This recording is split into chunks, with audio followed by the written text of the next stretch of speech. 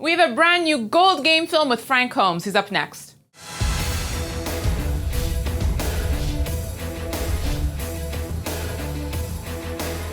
Frank, good to have you back. Thanks for being with us. Good to be here. So Frank, as we speak this morning, we see spot gold dropping $10, continuing with the volatility that we saw last week. What are you seeing on the gold front here, Frank? Well, gold dropping substantially. It's going into month end, and there always seems to be some type of a game played going into month end. So that I have no idea who's trying to reconcile their books or what game's being played. But I think there's some of the bankers that are basically short against the gold position. So now they reconcile this. I think what's really important for the longer term investor is what's taking place this week will be the Federal Reserve will be commenting on Wednesday. They'll be commenting on the purchasing, continuing the purchasing program. I think they'll have to continue with that. And two is Thursday are a bunch of PMIs, Purchasing Manufacturers Index, which is the real vitality of manufacturing. Those people are making a higher hourly wage around the world, from Europe, the UK, Indonesia, Korea, etc. So these are important data points for the pulse. So Frank, if I had to ask you to choose a touchdown pass for gold this week between the PMI, the Federal Reserve, and also we have a festival season beginning in India, so we might see an uptick in jewelry demand there, what would you say it is? Well, the Indian economy has been doing much better year to date, and there's a bunch of things put on the table, I guess, proposals, federal fiscal policy proposals in India to lighten the tax load, to create economic activity, and the thoughts are that will also show up for gold, the import taxes. And I think the festival buying is very, very important. It is a key component, but remember, the real seasonal variability for the purchasing for festivals starts in the summer. Let's get to our OT segment now, opportunities and threats in the gold market. Frank, let's start with opportunities. Last week, we looked at the possibility of a merger between Newmont and Barrick. We also discussed the continuing tensions between Ukraine and Russia.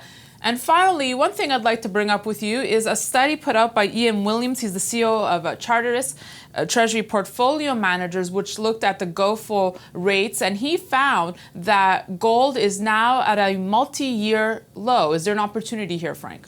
Well, I think when you look at those type of models, simple for investors is to look at the 50-day and 200-day moving average on the dollar. The dollar has been what they call a death cross. It's been falling.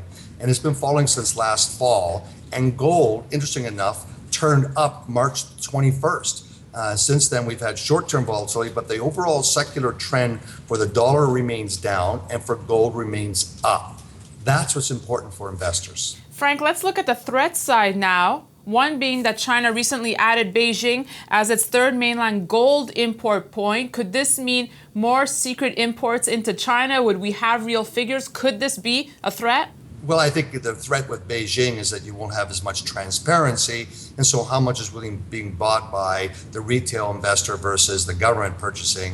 I think the biggest thing to track that are bricks. When central banks buy gold, they don't buy in small wafers. They buy bricks of it, cheaper and better for storage, whereas the retail investor buys wafers from a half ounce, quarter ounce, up to 10 ounce bricks, not these massive multi-pound weights. Frank, another threat is to the Chilean mining sector over concerns that the government may abolish the DL600 tax provision. This provision allowed firms with projects over $50 million to receive a negotiated 10-year fixed corporate tax rate. They may now want to abolish this.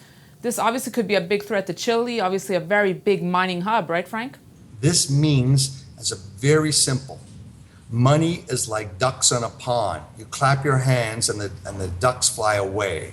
They turn around and provide more instability for tax regimes and for government regimes. Then money will not flow into Chile like it has in the past. And there's been $50 billion that's gone into that economy that's helped it become a powerhouse in economic development of GDP per capita through Latin America. And these policies create global instability. And I think that will be a deterrent for money going into Chile. Frank, love your pronunciation. That's Texcan pronunciation. Y'all come back, eh? All right, Frank, thanks so much for being with us. We'll see you next week. It's great to be with y'all. And thanks for watching this edition of Gold Game Film. You can email us any comments or questions at newsfeedback@kitco.com. Thanks for watching.